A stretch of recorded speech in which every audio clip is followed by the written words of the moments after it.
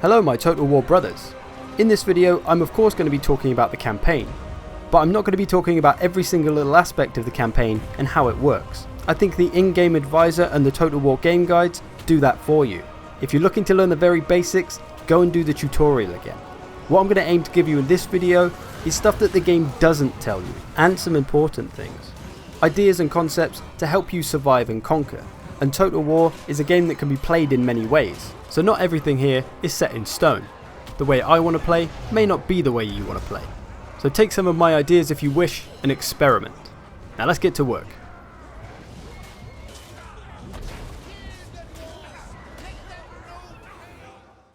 So the first thing I want to talk about is expansion, building your empire, helping it grow and prosper. Now this is in my empire campaign. Pretty much at the end you can see I've taken quite a lot of land, and it can be daunting trying to control this much territory.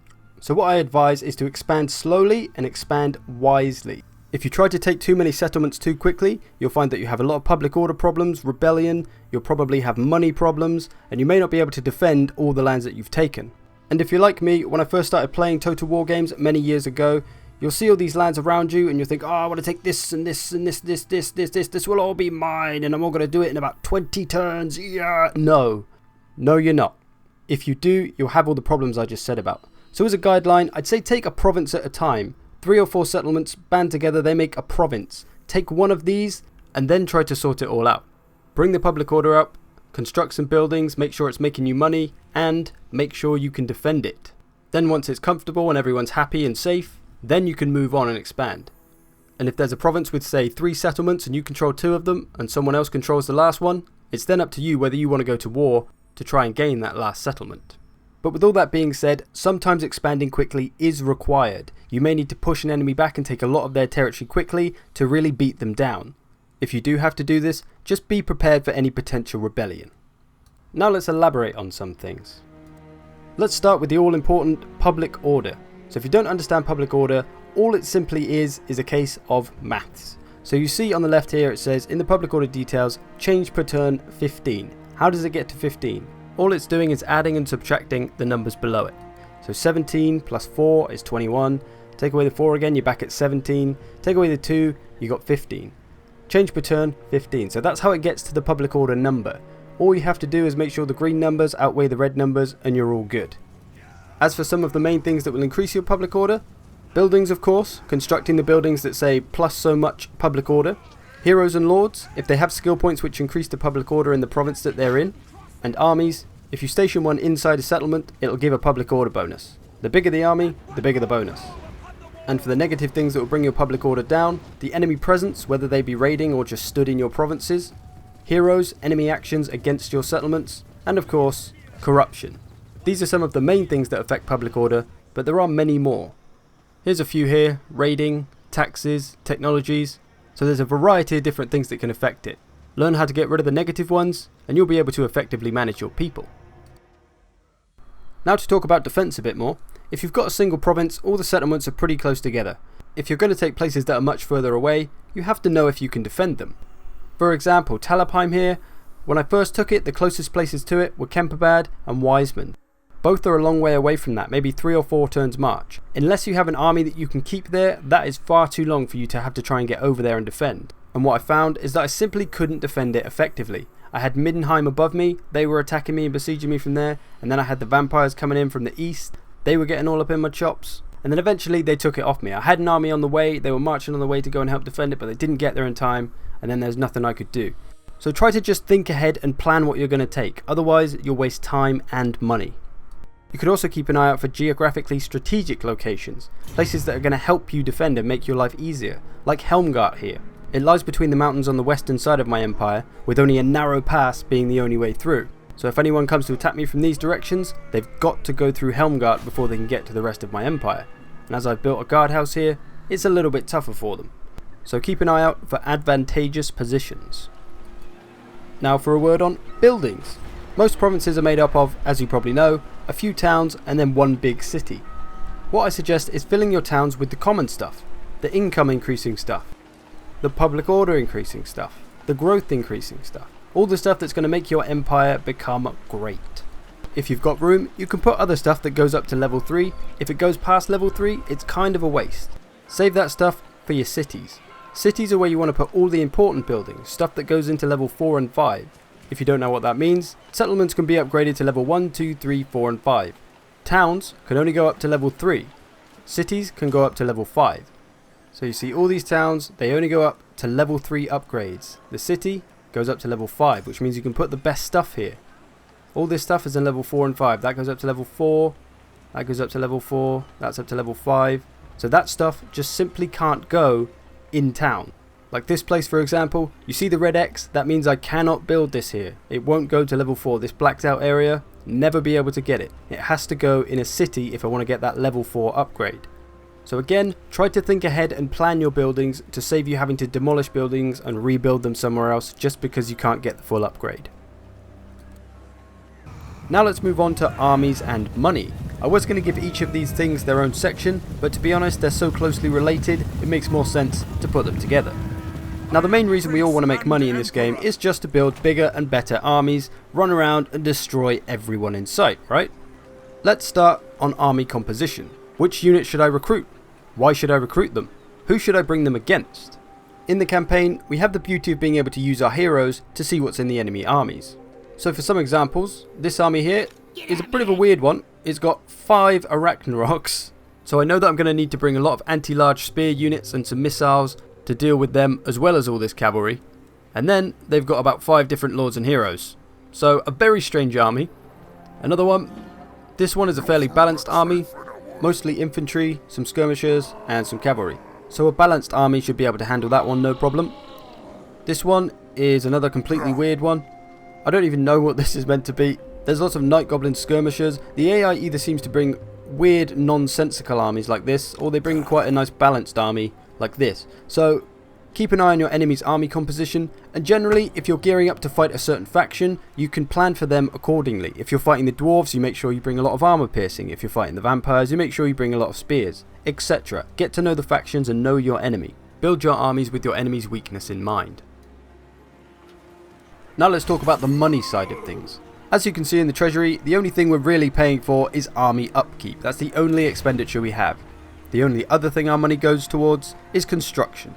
So the more income we have per turn, the bigger and better our armies can be. So how do we make money? How do we make a good income? Well, there's a few different ways you can go about it, and it's going to depend on the faction you're playing as. The first and most obvious one is taxes. The money automatically paid by the people of your settlements. Then there's trade if you're a faction that's able to get it. This is a great moneymaker in the long run, which is why it's important to construct those buildings that give you goods to export. And if you're a faction that can't trade, you usually get your extra money from sacking and raiding. Now for the money and army side of things, every unit in your army is costing you upkeep.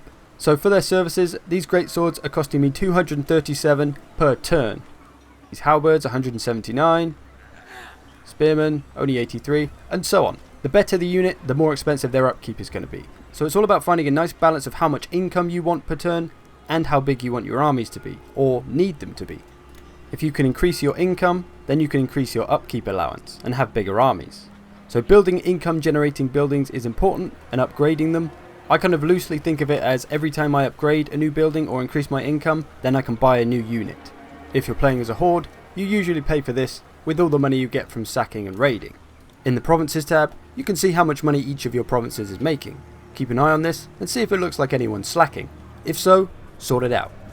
And the last thing I advise with money is just to keep some savings at all times. Maybe just 5-10 grand that you can keep just in case of emergencies, because sometimes things will happen unpredictably and you might need to deal with it by building a bunch of units quickly or building a certain building, and if you don't have the money there, you could be in trouble.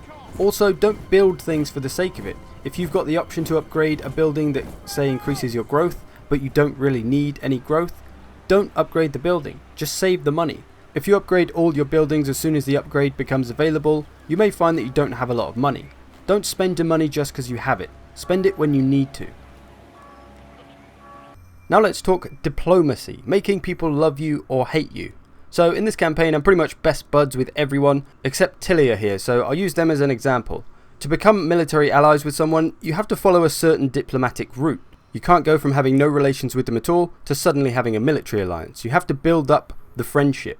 And you start that with a non-aggression pact to show that you're not interested in going to war with them. Then, over time, if you haven't pissed them off with any military actions, you may be able to get a trade agreement with them. This is again going to build that friendship and net you some money at the same time. Once you've had a trade agreement for a while, you may be able to get military access or a defensive alliance. And then once you've had that for a while, you may be able to get the military alliance. It takes quite a long time, it's not a quick process, but if you can build allies, it's only going to help you in the long run. But you have to pick your allies and decide which direction you want to expand. Obviously don't make allies with people whose lands you may want to take at some point. If you betray your allies and declare war on them, this will reflect badly on you and make it hard for people to trust you, thus making it harder to get trade agreements and such in the future. The little face to the right of the faction name will tell you everything that's going on with the faction and how they feel about you. Again, this comes down to simple maths. If the green numbers outweigh the red numbers, you get a bit of growth in the friendship. So if you keep an eye on this stuff, you can kind of predict who may declare war on you at some point, or who may be a good potential ally. All factions are friends and enemies with other factions. If you attack someone's friends, they're obviously not going to like you for it, but if you attack their enemies, then of course they're quite fond of that. So you have to play the diplomatic game carefully, otherwise you may end up with more enemies than you bargained for. Most factions will generally favour their own race, so humans with humans, dwarfs with dwarfs, orcs with orcs, so they're probably more likely to ally with their own. As an example, I've got Karaberg and Wisemond here. Now let's say I want to complete the province and take Middenheim as well. Now let's pretend that I'm not allies with anyone. No one around me is my ally. So I'm thinking about going to war with Middenland. Now I better check out who their friends are. Let's say Middenland are military allies with Nordland above them. They're best buddies with them. And then Osterland as well. So they've got 2 military allies. If I declare war on Middenland, there's a good chance that Nordland and Osterland will join the war as well, and I'll end up at war with 3 factions rather than the 1. Unless they're military allies with me as well, then they may choose who they want to side with, or just side with no one. So be careful. You may waste a lot of time and money if you start unnecessary wars. So don't ignore diplomacy, as it really shapes how things turn out in your campaign. Now, character builds. When you get your skill points, maybe you place them in random places, maybe you put a few here and a few there. What I've personally found, the best way is to give your characters a role, give them something to aim for. For example here, Grimgor Ironhide, I've given him the attack buffs to melee attack and weapon strength, so he's very, very strong. He does a lot of damage to people very quickly. I've also given him some army stuff to make his armies a little stronger, but the point being, in one-on-ones, he is a monster. He tears through other generals like there's no tomorrow. I've built him towards that end. An Orc War Boss here who I've given the attack buffs and the health buffs. So he does pretty good in crowds because he can take a lot of damage and dish it out as well. So I can play with him in a slightly different way to other lords. Here I have a Warrior Priest. I use him to help with morale. I've given him a massive aura size and the leadership buff as well. So he's great for keeping my troops in the fight. Having the bigger aura means he can have more troops in range, keeping more of my units in the fight for longer. If a certain area of the army looks like it might struggle with leadership, I've got him on a horse so I can just race him over to help out. And this guy, I've kind of made him into a tank. I've given him all the hit points and all the armor, so he's really tough to take down, great for supporting struggling units. Now the one build that is essential, I'd say, is an assassin. Every army, every person playing a campaign needs an assassin. Someone who can take out the enemy agents before they take out all of your high level lords. And so you can take out their high level lords. In the later campaign especially, you'll find high level enemy agents coming over and they'll try to assassinate your lords. And if you've got a nice high level, say level 15 lord, and he's got loads of skill points, he's really powerful, an enemy agent can come along and kill him straight away, critical success, and he's gone forever. All that hard work, gone forever. So you need to try and protect him. So make sure you have yourself an assassin. Keep him out of battles, just have him moving around the campaign map, dealing with whoever may come your way. It's also a good idea to have some heroes with corruption reduction. So when corruption gets pretty bad in an area, you can move them in there and they'll sort it out for you. And the same thing with public order. You can get some that increase public order. When you get a bad public order area, send them in and they'll sort it out for you. So experiment with your builds and see what you can come up with. Now to end, a few random tips. First off, I think planning is important, rather than just winging it and seeing how it goes. So in my Empire campaign, my first order of business was taking Reichland here. I then decided that I didn't like being in the middle of everyone, so I wanted to push out west and try to take this whole coast. Then I wouldn't be surrounded and I'd have a nice safe base to fight from. I started to push out. I took a couple of these places, took Castle Bastogne here, but I found that I couldn't defend them. So I eventually fell back and made Helmgart my defensive fortress. and use the mountains to my advantage. I then decided to push out east towards the vampires because I had to wipe them out anyway, so I made that my new plan.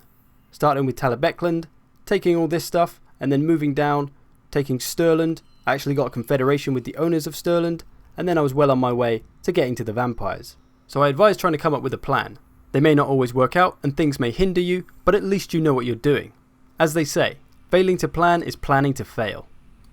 Now, heroes. Yes. As you probably know, they can attack cities and do things to their buildings, attack armies, do things to their generals, but they also have a deploy button. You deploy the hero and it will execute whatever the action says. So for this guy, he'll lower the public order over the next turn. Great for causing trouble in enemy provinces. This light wizard here can lower construction costs in the province that he's in. Always handy. And this guy has the most useful one of all. He can increase public order by 5 over the turn. Great for saving you some potential rebellion. Yes, my lord. So check out your different heroes' deploy abilities because they can be damn useful. Taxes. Nobody likes them, but we need them. You can untax a province by clicking this box, and voila, your people are free of the burden of tax, which increases their public order because they're so chuffed, but obviously it decreases your income. This can be great if you've got a province that's about to rebel, whip off the tax, and maybe, just maybe, they'll calm down. Assuming you can afford it, of course. Army stances. They can be a real game changer used in the right situation. One of the most useful ones is in camp. This allows you to replenish your units and recruit new ones while you're outside of your own lands. Raiding, great for robbing people blind and making a bit of extra cash. And then ambush, if you fancy hiding in the trees and jumping out on someone to scare them. And of course, force march. This is one of the best ones. Increases your movement range by 50%, but does leave you tired. So if you get attacked while you're in this stance, all your units will be tired and less effective in battle.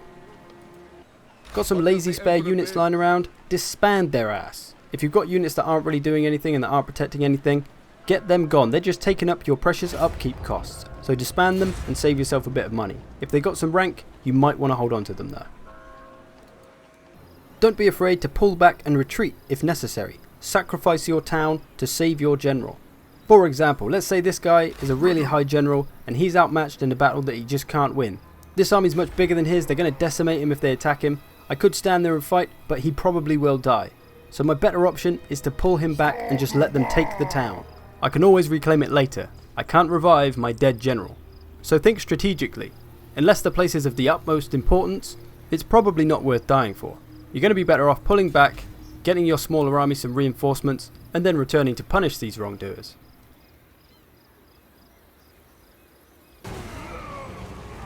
So there you have it. Some hopefully useful knowledge of the campaign that will aid you on your own personal journey through the old world. Like I said, these are some of my ideas on how to play the campaign. If you've got some of your own, drop them in the comments and we can all see them and share them. Also, if there's anything you don't understand in the campaign and you'd like to ask a question, by all means drop a comment and I'll try to get back to you. If I can't, hopefully someone else will. If you haven't already and you're looking for more battle related videos, I've made a bunch of them as well. Battles, flanking, formations, you name it. If I don't got it, you don't want it. Or whatever that crazy Mexican guy says. Anyway, thanks for watching, and as always, I've been Zerkovich, you've been the viewer. Now go and campaign, I guess.